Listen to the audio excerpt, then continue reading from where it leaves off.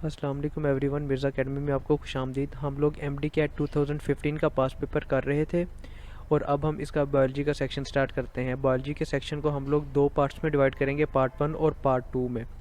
Okay, so this is the part 1 of the biology section of MDCAT 2015 paper.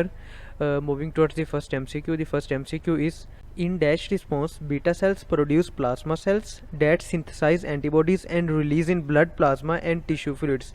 वो कहते हैं कि वो कौन सा रिस्पॉन्स है जिसमें बीटा सेल्स जो हैं वो प्लाज्मा सेल्स प्रोड्यूस करते हैं जो कि एंटीबॉडीज़ बनाते हैं। तो इस रिस्पॉन्स को हम लोग कहते हैं humoral response. Okay, the next is passive immunity is used against. इनमें से किस डिजीज़ के खिलाफ पैसिव इम्यूनिटी यूज़ करते हैं? पैसिव इम्यूनिटी यूज़ करने का मतलब कि हम एंटीबॉडीज़ लगाते हैं, तो वो लगाते हैं हम टेटनस में। Okay, the next is beta lymphocytes are named due to their relationship with.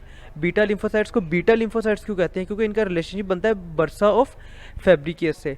Bursa fabricius जो है ये बर्ड्स में पाया जाता है, एक ऑर्गन है बर्ड्स का जहाँ पे उनका ब्लड की फॉर्मेशन होती है। तो बीटा लिम्फोसाइट जो है वो सबसे पहले वहाँ पे पाए गए थे, इसकी वजह से इनको बीटा लिम्फोसाइट्स कहना शुरू कर दिया।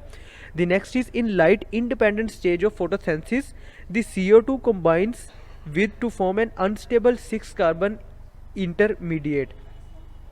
तो CO2 किसके साथ कंबाइन करता है? CO2 कंबाइन करता है राइबोलोस बिसफॉस्फेट के साथ। Okay, the next is in glycolysis glycerate 1,3 bisphosphate is converted into glycerate 3 phosphate by losing dash phosphate molecules.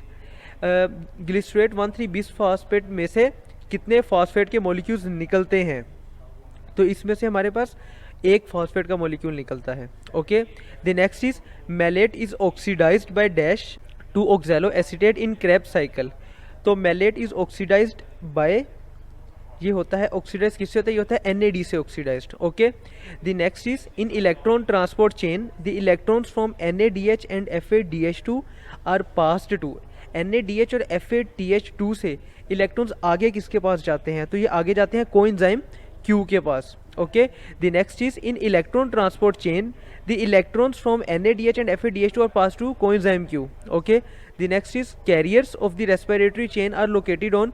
Respiratory chain के जो कैरियर्स होते हैं वो किस जगह पे लोकेट करते हैं, कहाँ पाए जाते हैं? तो वो पाए जाते हैं इनर मेम्ब्रेन ऑफ माइटोकॉन्ड्रिया पे। Okay, the next is in cystic fibrosis liposomes microscopic vesicles are used which are coated with. ये किससे कोट होते हैं? ये इनके गिर्द जो लिपटा होता है वो होता है हेल्दी जीन।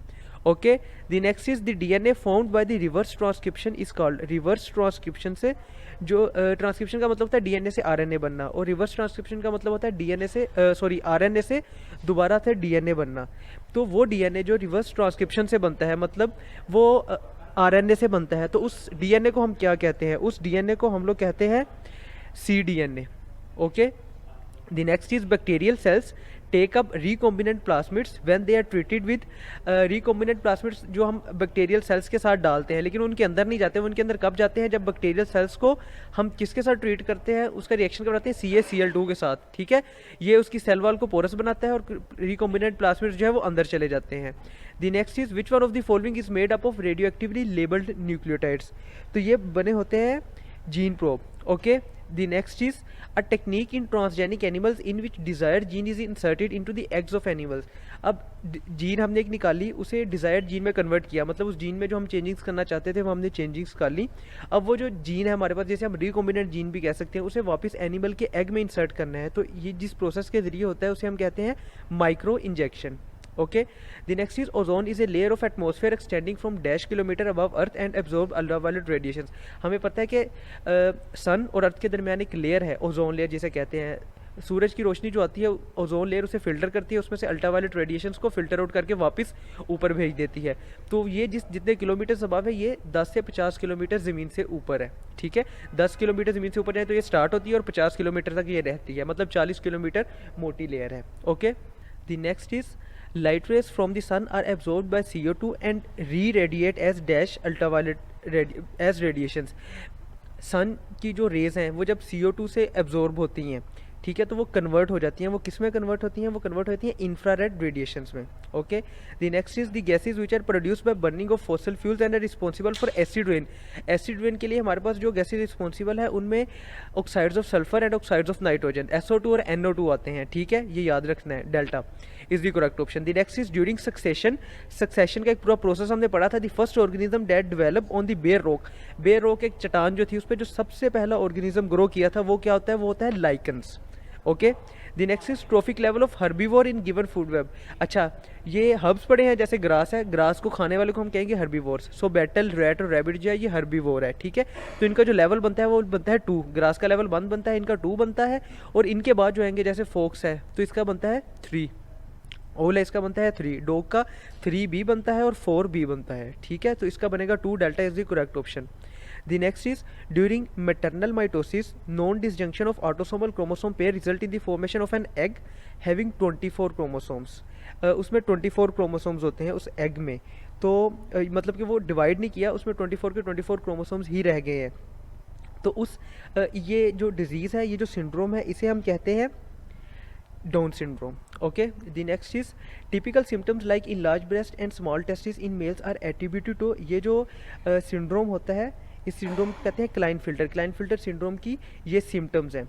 ठीक है, the next is fluid Mosaic model of plasma membrane states that protein molecules float in A fluid dash layer, fluid phospholipid layer. ठीक है, हमें पता है कि सेल मेम्ब्रेन जो है वो फॉस्फोलिपिड की एक लेयर होती है।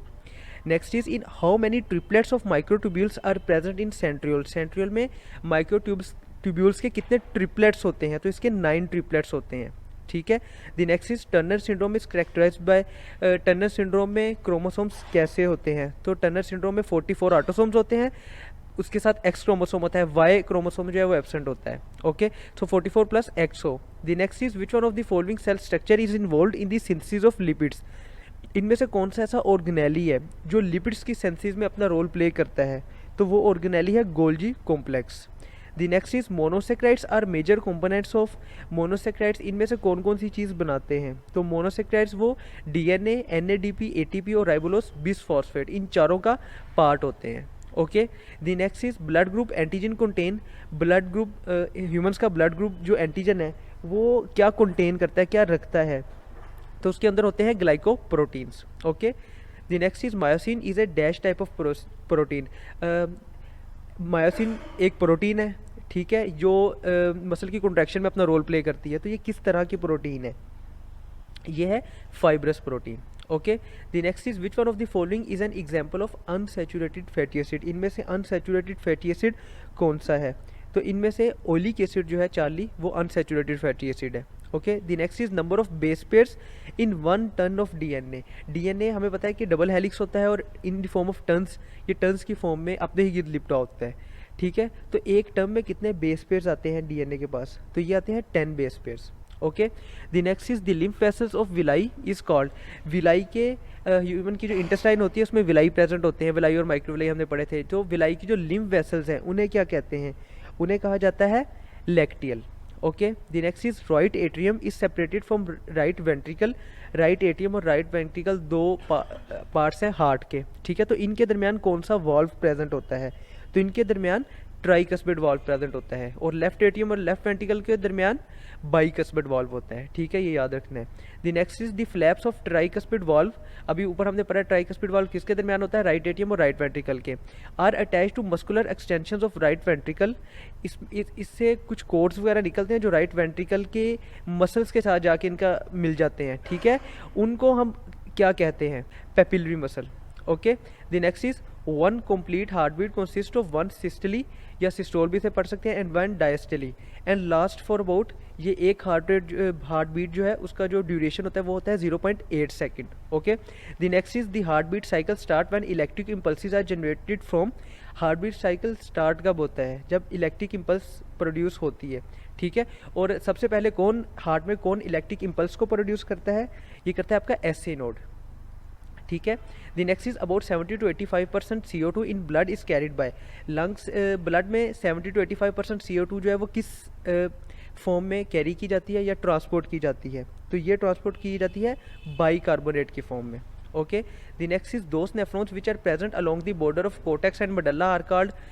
ये कोर्टेक्स और मेडल्ला के दरमियान में है, तो जेक्स्ट्रा मेडुलरी मिड में है ये, तो इसे याद रख लें कि जेक्स्ट्रा मेडुलरी नेफ्रॉन्स हम इन्हें कहते हैं। Okay, the next is when water is in short supply, अब वाटर की सप्लाई जो है वो शॉर्ट है, increase water retention occurs through, तो वाटर रिटेंशन, वाटर को रीअब्जॉर्ब करने का जो प्रोसेस है उनको किडनीज में और बॉडी में वापस ग्लोमेरुलस से तो वो फिल्टर आउट हो जाएगा, अब वो एक्सक्रीशन की तरफ जा रहा है, लेकिन आगे जाके उसे रीअब्जॉर्ब कर लिया जाता है। तो वो बेसिकली ये पूछें कि वो किस पार्ट में रीअब्जॉर्ब उसको किया जाता है, तो उसे रीअब्जॉर्ब किया जाता है जेक्स्ट्रा मेडुलरी नेफ्रॉन्स में।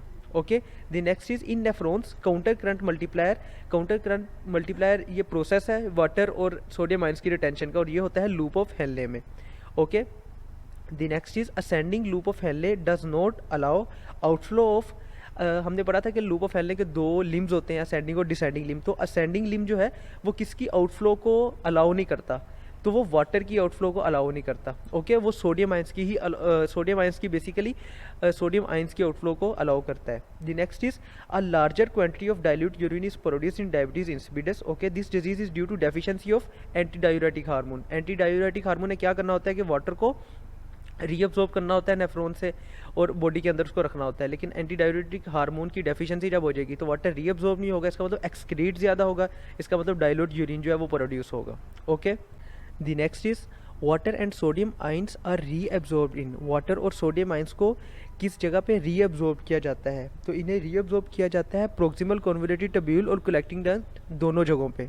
ठीक है, the next is which disease is responsible for dementia, dementia हम कहते हैं मेमोरी लॉस को, तो कौन सी डिजीज़ है जिसमें डिमेंशिया एक मेजर उसका पार्ट है, एक उसका डायग्नोस्टिक फीचर है, तो डिमेंशिया जो है वो अल्जाइमर का एक डायग्नोस्टिक फीचर है। ओके, अल्जाइमर में सबसे पहले डिमेंशिया होता है, मेमोरी लॉस होना शुरू हो जाती है। The next is neurotransmitter secreted at synapse outside the central nervous system, ऐसा न्यूरोट्रांसमीटर जो साइनेप्स पे ही रिलीज होना है लेकिन वो सेंट्रल नर्वस सिस्टम से बाहर रिलीज होगा, बाहर सेक्रेट होगा।